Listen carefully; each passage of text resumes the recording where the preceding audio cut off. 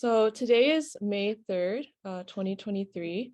My name is Teresa, and I'll be talking with Tanez Chowdhury, the CEO and president of Tanchez Global Management Inc., an IT company.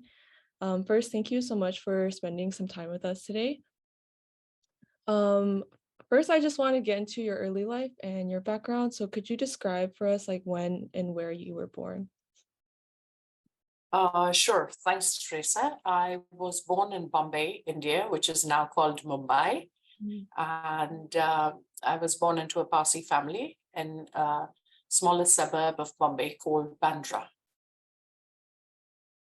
Could you describe kind of like the household and environment you grew up in, and also like the nature of your parents' work and how that influenced you? Absolutely.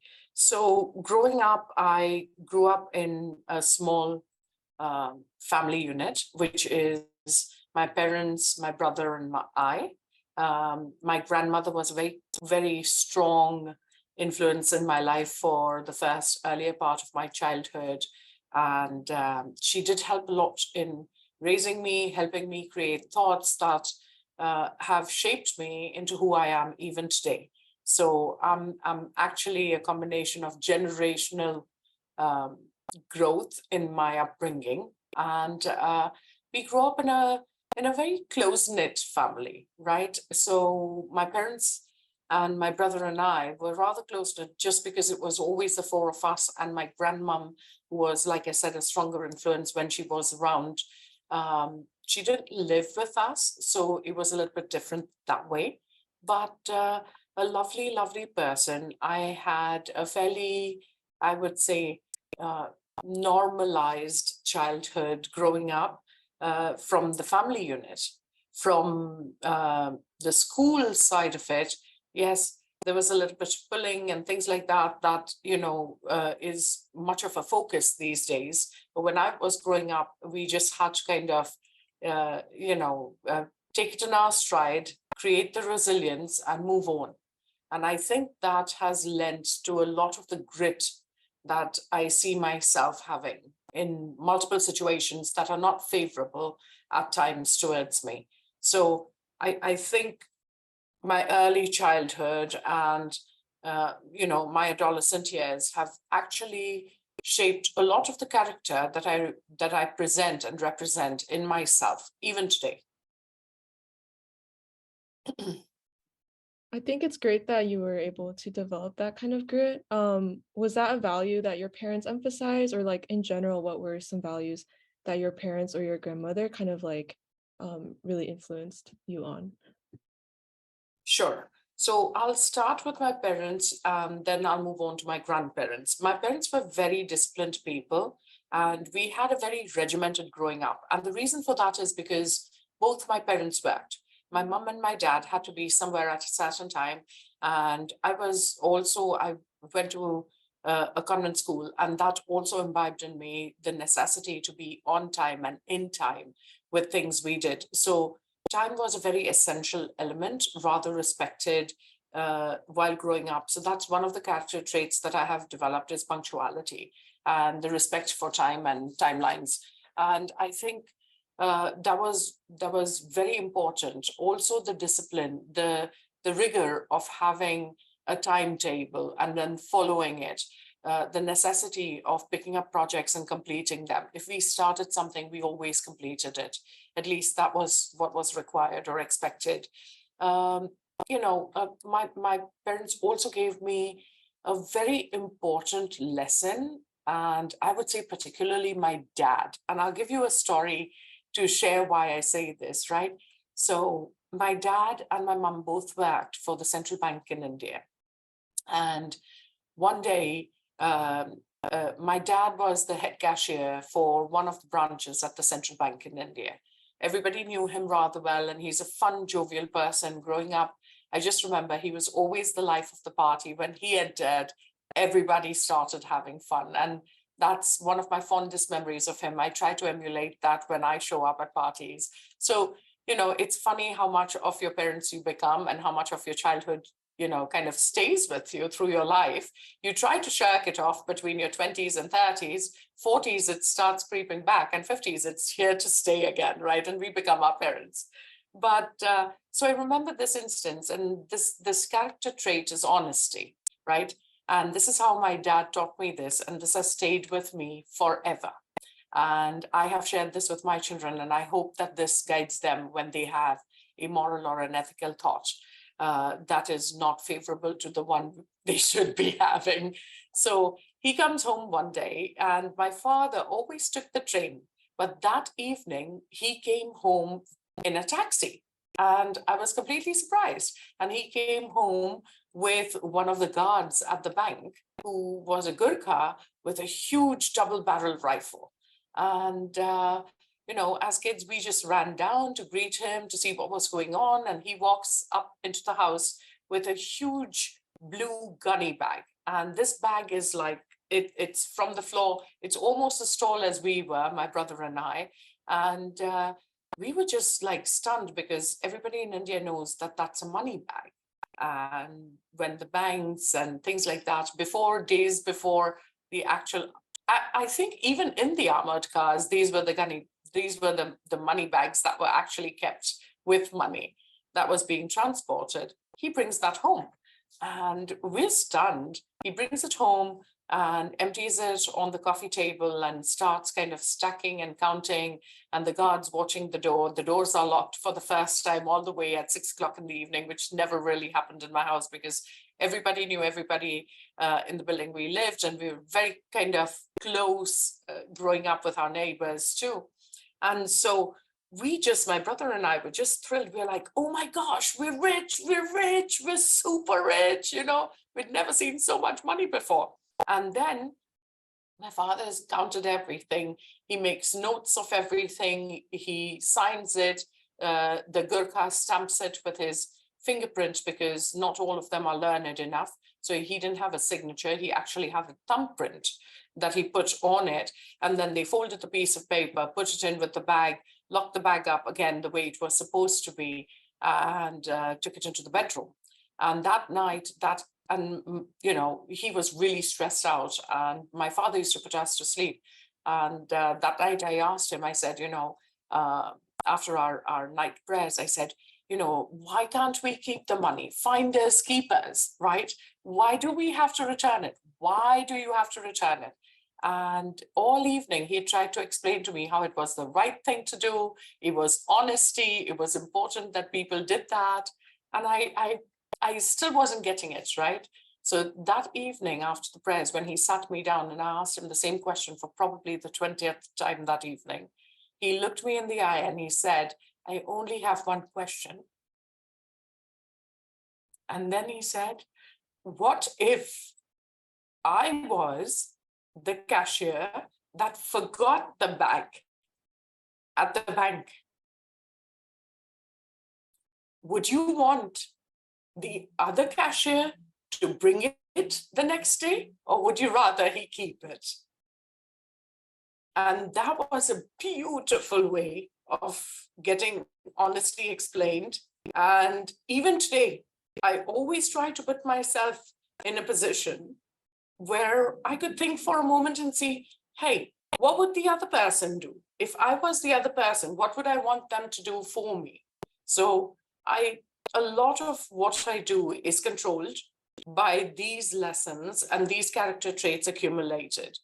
And like I said, so that's the kind of family I grew up in. This is who my parents were, and very, very strong importance on education in my family.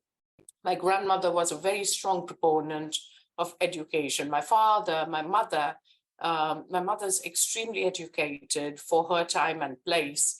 And I just was expected to follow in that lineage of strong women with a strong education to back it up. So I think one of the strongest things my family could have given me is the ability to have that education as my go-to at any stage of life. So by qualifications, I'm a research chemist. I speak 7 languages like you researched. I worked in international finance. I own my own technology company. I'm a serial entrepreneur, so I also own a couple of design companies. And I do a lot of investments. And I like being an entrepreneur, but I absolutely love the concept and the delivery that you can have in your life if you really formally educate yourself. Education is very, very important. So my life's tenets have been education and entrepreneurship. And I think it's really important for people to realize that a lot of children these days, right? They say, oh, I'm never going to use what I'm studying. How is chemistry going to help me if I want to be a data scientist? How is physics going to help me if I want to be a clothing designer? It's not going to help me. But the truth is that the institution of education and the thought of education is to go to a place to learn how to learn, right? It's not what you're learning, it's learning how to learn something. And I think that's genuinely the deliverable that universities and schools promise. And I think if we changed our perspective and looked at this correctly, you'd realize how much of an important concept education is, not only personally or professionally for one person, but globally for an entire race. Yeah, so I think you made a great point about education. I guess like how did that influence you when you started college? And like where did you go to school to? And like yeah, I guess tying with all that in mind, the importance of education, how did that influence you during school? Sure. So, like I said, a greater influence in my life was my grandmother, because she's the smartest person I know who never went to school a day in her life. But she knew the importance of education. She tried to learn different things from different people because I think she truly believed in, again, the art of learning. And that's important. Uh, Personally, I went to school in a convent school all the way through high school. And then I moved into the Bombay University collegiate structure. I'm a research chemist, as you know, by qualifications. And I I graduated with 16 units of chemistry. So basically a BS in chemistry with a specialization in preparations of drugs and dyes is how my graduation came to fruition. Uh, I, I personally think that uh, I've always had a zest for learning, which is why I picked up the languages and learned them, even though it wasn't a requirement. It was something that I took onus of, I enjoyed. I thought it unlocked parts of my brain that I didn't previously kind of feel the fire in. And so it was nice because it opened my mind to a global concept of living, right? Versus just a very tunnel visioned, singular concept of, hey, I've grown up in this environment, this society, and this is where I'm going to pursue all my talents and interests, right? And so education, I think, opened my mind, and kind of accumulation of knowledge gave me the confidence that I needed to go out there and kind of make something of myself. So were those so I saw that you can speak French, German, Hindi, Urdu, Marathi. Was that through the university or like through classes, or how did that kind of start? So the beauty about a culturally rich place like India, where I was born, is the fact that you are surrounded by, a melting pot of languages and cultures around you, just like you are in America, right? And I think that is such a privilege compared to some of the other countries that may or may not have a similar environment to offer, right? When I went to school, my first language was English. My mother tongue is Gujarati. So right off the bat, these two were in the bag. The national language in India is Hindi, which is why obviously it is a required language. The state language in my state was Marathi, which is why now I know English, Gujarati, Hindi, and Marathi, right? And then you pick up certain languages. I actually took a year of Sanskrit too in school. And so you pick up languages. When I reached 8th grade, I had an opportunity to pick French as one of the subjects, and I did that. So that's how French got introduced into my language structure. And then I loved the thought of the language German really kind of intrigued me. And that is because German is one of the few languages, even though it's written in Roman script, has actually got a lot of roots in the Sanskrit kind of lineage, right? And so that was very intriguing to me. So I picked that up. I was just telling someone, I've had the opportunity of living many lives in one life, right? I've done everything I wanted to do. I've had an opportunity to at least try to date. And yes, there are things on my bucket list, but I've crossed off quite a few of them as well. So I'm genuinely privileged that I have the opportunity to do that.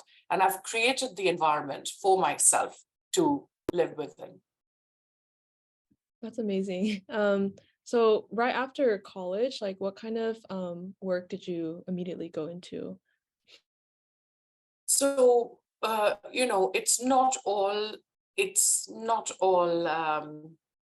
champagne and roses, right? So my life did take a very strong turn when I was in college, and my mum uh, had had to get operated on her spine, and that turned into a little bit of a nightmare because it was a medical issue that was, due to negligence. She It just got worse, and she was in hospital for almost just over a year, I think, at that point.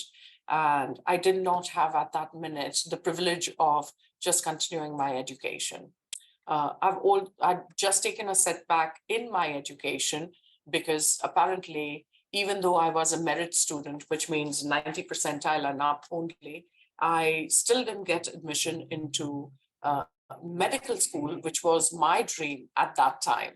And my focus entirely in life was to go in the field of medicine, to be a doctor of sort, you know. And I couldn't pursue that because in 12th grade, apparently my papers were eaten by the cow in India. And it wasn't, oh, the dog ate my homework excuse. It actually was an issue. And so I'd just taken that huge setback. Because of that, my grades were just whatever was put in at that time, because there was no fighting the government, even though there were tremendous lawsuits filed and things like that. It just wasn't at the progressive state that things are today and things are in this country. At that time, I did not have the privilege of that, and I did not have the privilege of time on my side. So that's what led me to go into chemistry as my major, is because I didn't have an option. And these were the only available options, and I had to pick one that I was going to be good at versus one I liked, because I didn't get what I liked. And so I'd just come off of that setback, and then my mom had a medical issue. My father was at that moment the only earning member of the family, and we had kind of depleted a lot of our savings as a family. And so the onus as the older child at that moment was on me to take up a job and contribute back to the family resources. So I took up a job with an airline, and I started flying for an airline. That was my very first job, was that, as a flight attendant, or an air hostess, as we were called then, for a private charter airline. And I did that for about a year and a half before I left and came to America. So I came to America under very unique circumstances, and but this was my story thus far. So I guess with your move to the US, how did that happen? And also, like, was your family immigrating with you, or like could you just describe the general process for you and how that felt? I don't know if you're ready for this one, Teresa, but brace yourself. So all along, I had a best friend who then became a little bit more than just a best friend. And his name is Chesley. And he's Roman Catholic, and I'm a Zoroastrian. So at the age of 21, I decided that I was going to run away from home with $103 and come to the United States of America and marry Chesley. And that is exactly what I did. And that's What's where your the name position today? Tanchas Global Management comes from. It's for Right. Tanaz and Chesley. Wow. So your family was not with you, I assume. They were Like, not with me and they were not happy with me mm, for a while before they realized that we had come and set up and tried to do things the right way around. And let me share something cool with you. So this is where the story of Tanchas began, on the steps of Bombay University almost 35 years ago.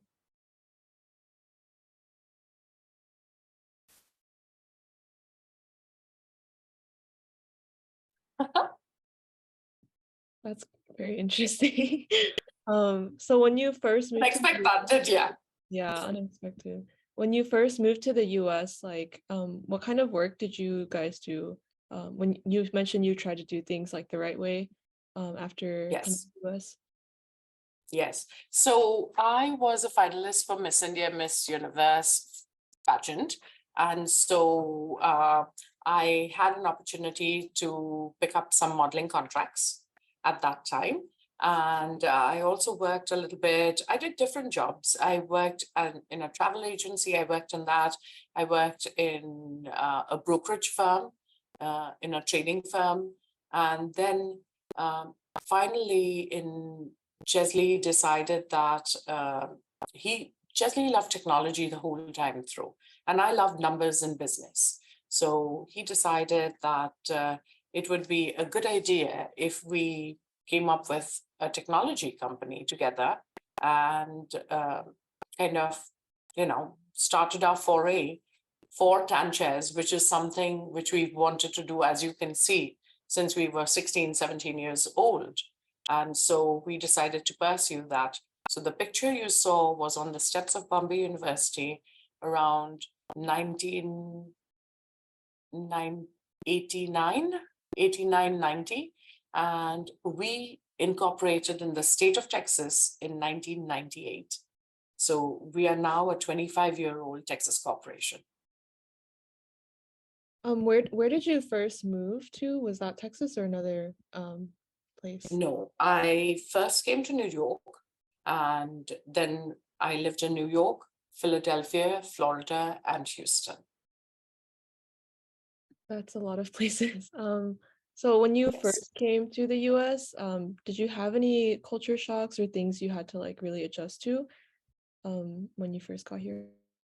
So actually, I'm from Bombay, so it's not much of a culture shock because I grew up rather westernized. I'm also a Parsi, as a restaurant. So the privilege of birth had given me the right to education and the right to a lot of the family structure in a more westernized format rather than more of an Indianized format. So, like I said, that was just my privilege of birth. I had very little to do with that. But having said that, there wasn't a culture shock of America. I did love the concept of having a country that was so global that it was everyone's, including mine. And that was an amazing feeling. And I really wish that the indecisiveness and the segregations we're seeing today can go back to that country, can go back to that, combined whole, that global one place, right? And to me, it was more of a romanticism of America versus a culture shock of America. So the biggest shock I had was when I came to Texas and everybody spoke really slowly. And I just couldn't understand that. I was like, why does everybody talk like that? Is it because of me or is it because of them? You know? And so figuring that out was a little bit of a funny story there. But other than that, I think I've seen plenty of high rises. I've, again, come from a very strongly westernized background. So there wasn't a tremendous amount of culture shock for me, to be honest with you. I'm one of the luckier ones that didn't really face that bias much.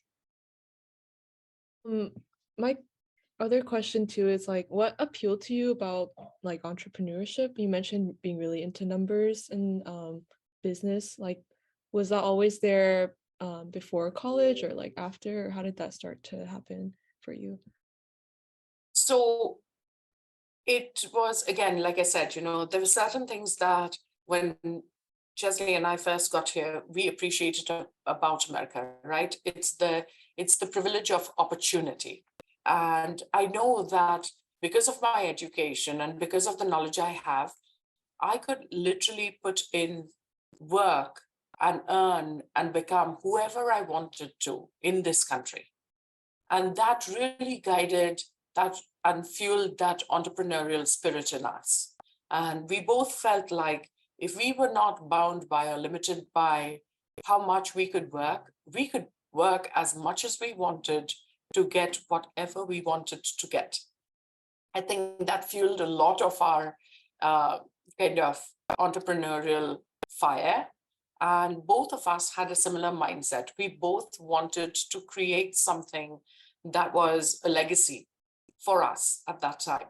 And then eventually, if we ever had a family, that would be the legacy we wanted to leave behind. We wanted to show that we were the quintessential American dream, right? Happening in reality. And that's what drove us, allowed us to wake up every day. There were days when you're an entrepreneur that things don't go right. And there are days when you live off of rice and red beans, right? But then again, you know, what makes you get up from that fetal position crying the next day is the fact that you feel like it's going to get better. You're going to be able to do it. You're in control of your fate or destiny to a certain extent. And that if you put in the work, you could reap the rewards for it. And so that drove us every single day. And everything that you see we've created has been an effort based off of those thoughts, those feelings, that gumption. That's incredible, and also reminds me of the grit you mentioned developing during your early school as well. Could you Yes, describe the work your company does for its clients? absolutely. So I'm very, very, very proud to say that Tanchas Global Management Inc. today is a 25-year-old Texas corporation. We are a fully certified hub with the state of Texas. We do a lot of work for small to mid-sized businesses, but we also do a lot of work in the government and enterprise space. And some of our clients are actually the State Department of Texas, and there are multiple units under them, a number of cities, police departments, law enforcement units, school districts are who we service in terms of all of their technology needs. Whether it be hardware, software, services, cybersecurity, BCDR solutions, which is business continuity, disaster recovery solutions. We're the ones watching their back. We're the ones watching and working with them closely to create an impactful kind of barrier for technology and what rather a barrier against rogue technologies in cybersecurity, in kind of future-proofing their existing technology solutions and helping them create and design, you know, infrastructure planning and future-proofing technology for, you know, the next few years to come. So we work rather actively in this space. We work very actively with some of our enterprise clients, which include global names like Mitsubishi and Chick-fil-A. So those are my clients. And I'm very, very proud to say that 100% of all of our clients, whether they're in the commercial space, in the government space, or in the small to mid-sized business space, are all a product, a result of referrals only. We do not have a sales team going out there smiling and dialing. Each client has been referred by somebody else who was a client. And that's how we've built our business. One client at a time. 100% of my business is insourced, which means I only use American workers for all of my business. And I believe that it is very important for us to live and grow the community that we are a part of. I think that is imperative that we give an opportunity to our next generation here so that they can grow, flourish, and create dreams for themselves, just like Chesley and I did for us. How many, like, in terms of numbers, how many employees do you guys have? You said it's been like 25 years. Has your company grown Yes. since then? Mhm. So in technology, it's a little bit different. It's not on the numbers of employees, it's the amount of projects that we're able to deliver. So we're a small, lean team. We're just about 10 employees at this time. And the reason for that is because we work with a lot of contractors. We like to bring in those that are refined at their job and doing what they do best. So we bring in the experts for the jobs and for the projects at hand. What kind of like qualifications do you look for when you're hiring these or contractors, working with these contractors? So that's a really unique question, right? And nothing you've asked me thus far has been straightforward. So even my hiring process is not a simple yes or no answer. Just to tell you, just coming from the background we do and giving, credit to the concept of grit and resilience, we look for people who have a good attitude. I can always teach them something or help them gain a certification if they are the right candidate. So the right candidate to me is the person that comes in with the right attitude, the right character. I told you, character is really important to me. It's like right, you either have it or you don't, So I feel like it's really important. And for the right person, we've made exceptions on our hiring processes, and that has paid off rather well. So I feel like attitude eats aptitude for lunch every day. And so in my candidates, of course, they have to come in with a sense of, aptitude, but the attitude is what I am truly looking for first. You mentioned that you guys work a bit in like business continuity and disaster recovery. Could you give me an example on like what that would look like?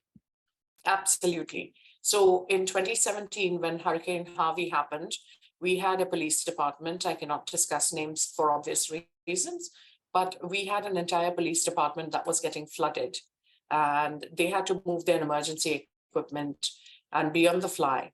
And so while simultaneously the 911 calls at a different city were getting dropped because of an overload of 911 calls on the system. And so we were able to come in and do business continuity during the disaster, right? So business continuity during disaster recovery is what we brought into focus here. My team was able to flip over the network of the police department into an EOC, which is Emergency Operations Center, on the fly and remotely, while the storm was actually happening, while the PD was actually flooding.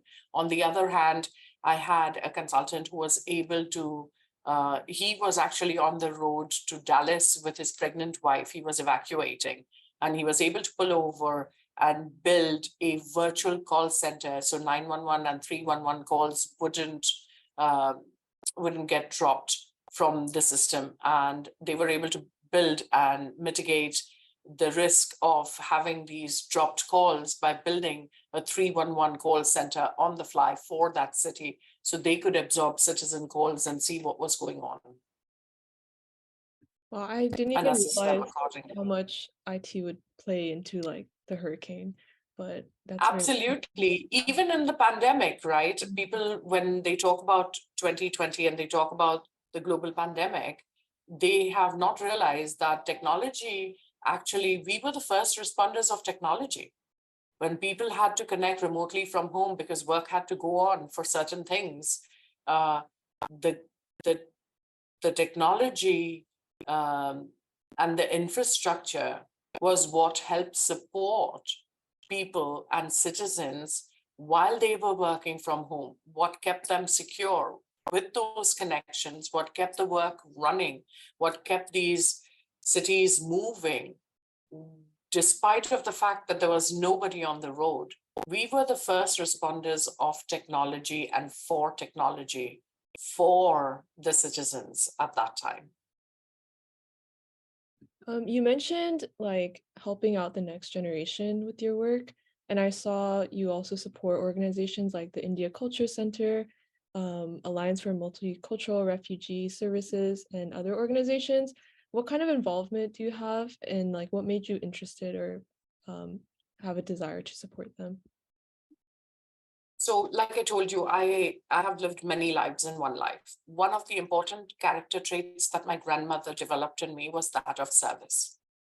And she always told me that by giving back was the fastest way to receive.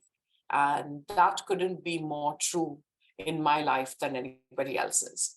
I have been involved in social service just because of the privilege of being, or rather having her as my grandma. And I've always been in focus with the thought process of having, a socio-civic mindset, right? And it's been a very important character trait for me is to serve others.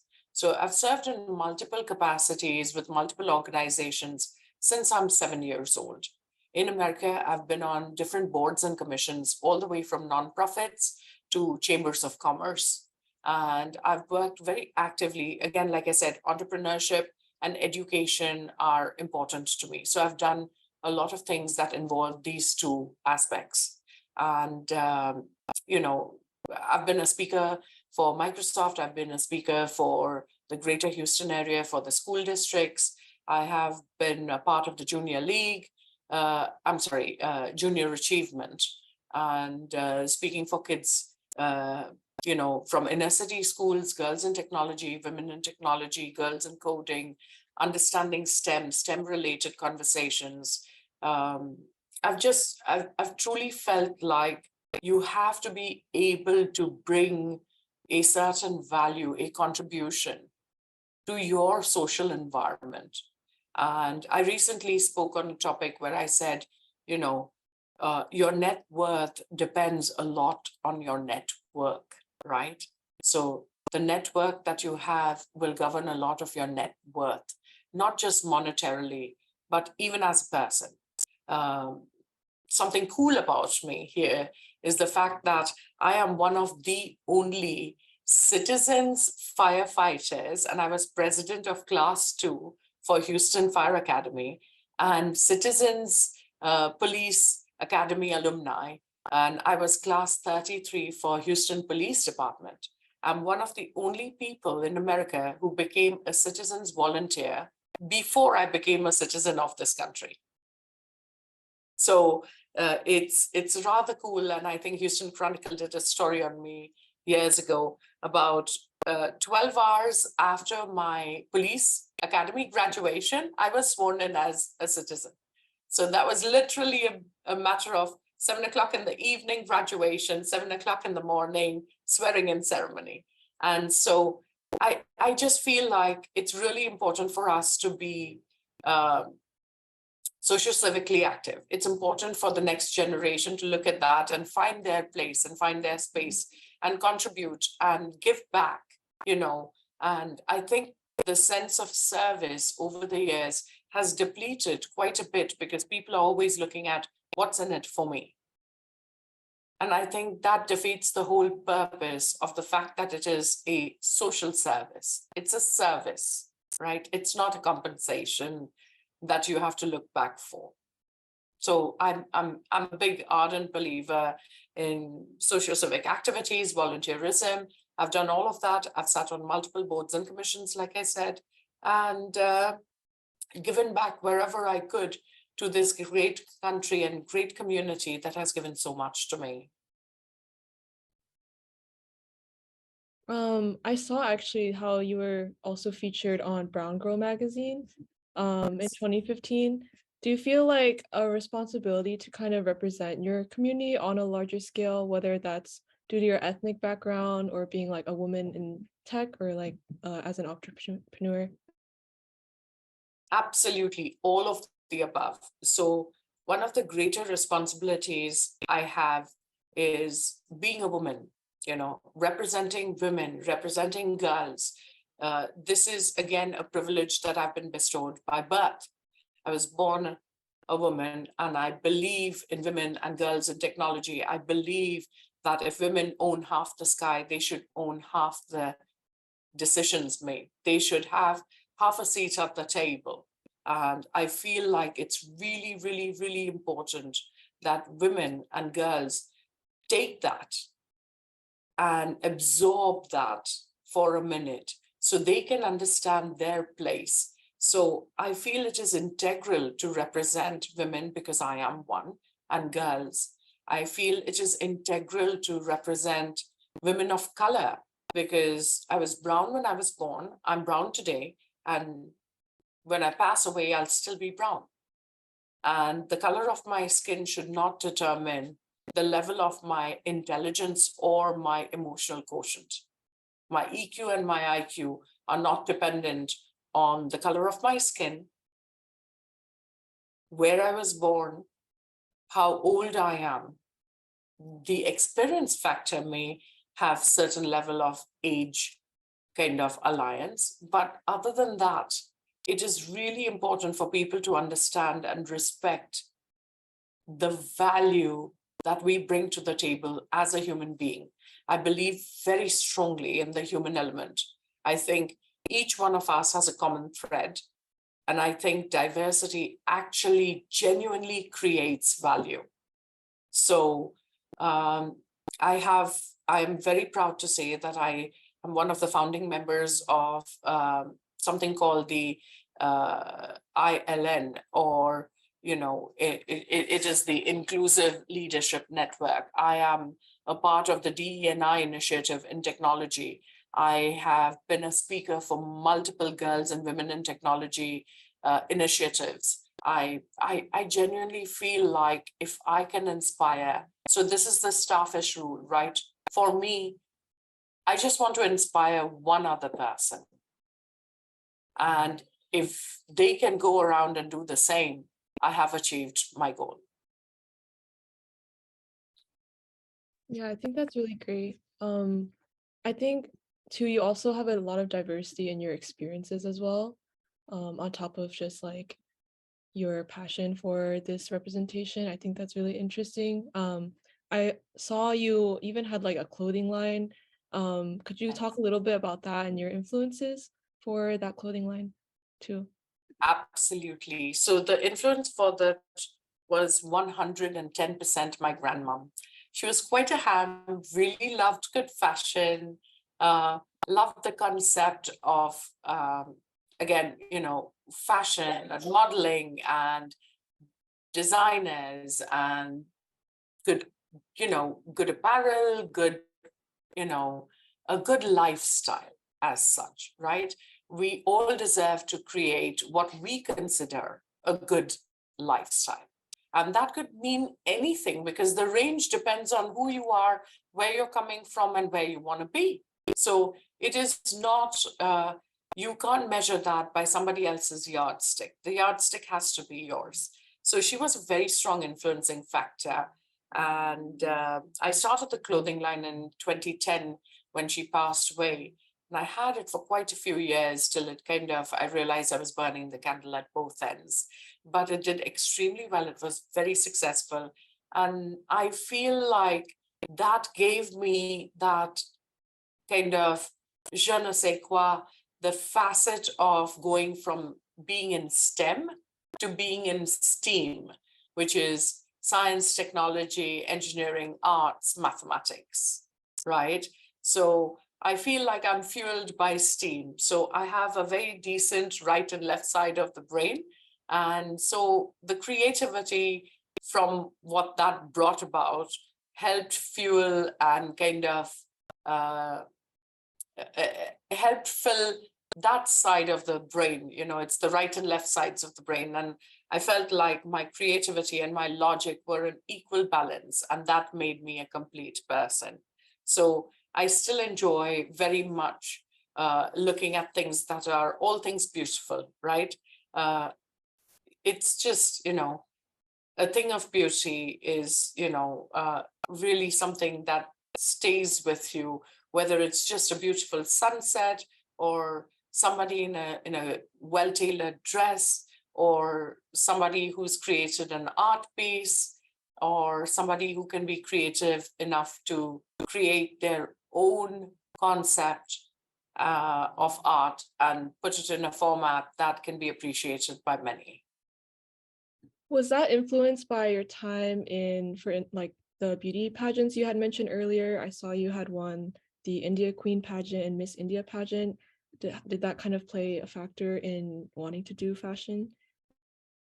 No, actually, I liked fashion a long time before I ever ended up in a pageant. And I just, like the saying, a thing of beauty is joy forever. I was raised with that concept. So it was not foreign to me. It was not something that I came up with. I just found myself appreciating good things from a very, very young age. And I felt like it was a privilege to be able to own or partake in some of that. What were some, I guess, takeaways from your beauty pageant experiences?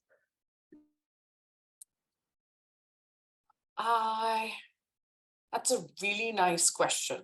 And I can say for me, the concept of don't judge a book by the cover is not entirely true, because all of us deep down inside have to like the book we pick up before we start reading it. So it sounds great when you put it on paper, but in actuality, only books that speak to you, that you see, or the cover that speaks to you is the one you'll pick up first. So I feel like my takeaway from that is be presentable. And it doesn't mean designer clothes or fashion or makeup. It just means be presentable, be attractive to yourself, right? Would you pick you? If you would pick you, then yes, you can expect somebody else to also want to get to know you better. So I feel it's really important in life, to dress for where you want to be versus where you are. You can never be overdressed or overeducated in most circumstances, is what my generation grew up with. Of course, Mark Zuckerberg completely changed that, right, with his gray hoodie and jeans. But then again, I feel like when you dress up for an occasion, you are respecting the occasion, the host, the environment, and the people that you haven't even met till you get there. So I see dressing up and showing up as a form of respect. I also was interested into what other hobbies or interests you have outside of work as of right now. Any other like side projects or things you wanted to talk about? Absolutely. I have plenty of hobbies. Like I mentioned, I do the most random things ever, and I am genuinely grateful that I have an opportunity to do that. I like I like flower decorations as a hobby. I like reading very much. Recently, during the pandemic, I started watching a lot more TV. I used to not watch that much TV. And then I realized when I finished Netflix that I actually liked watching TV. I liked movies. Um, I love window shopping. I love shopping too. I love sitting and watching, people watching. I love watching those interactions. One of the weird hobbies I have is I travel a lot in my business. So when I travel, it is, I don't know if it's fair to call it a hobby, but I love to sit and watch interactions and how the social anthropology of how people behave on airports, right? I enjoy watching that. I like painting, I like drawing, I like writing. I used to write a lot of poems and short stories. You know, I used to write for newspapers at one point of time, and magazines and things like that as well. So I I have a tremendous amount of hobbies. I just have to find the time. I love traveling. I just have to find the time to do all of that. And I think from where I'm sitting right now, looking back, I've had a decent amount of balance between my work life and the hobbies. So I can truly say I'm a work hard, play hard person. To close off our interview, I want to ask, how do you see yourself in 5 or 10 years from now? I see myself a lot grayer. I also see myself a lot more accomplished than I am even today. And the reason for that is because hard work doesn't scare me. I was raised on grit. So what's stopping me? So I see myself more successful in pretty much every sense of the word than I am today. In 5 years, I hope that we can catch up again and you can see me there too. Those are all of my questions for the interview. Is there anything else you'd like to add or any final remarks you have? Yeah, I would just like to tell any person watching this, if I can do it, you can do it. And so the only person stopping you from doing whatever it is that you want to do is you. Don't stop you. It's been great getting to talk to you and learn about your experiences. Thank you so much for taking the time out of your day to talk. And I hope you have a great afternoon and week. I'll go ahead and stop the recording. Thank you.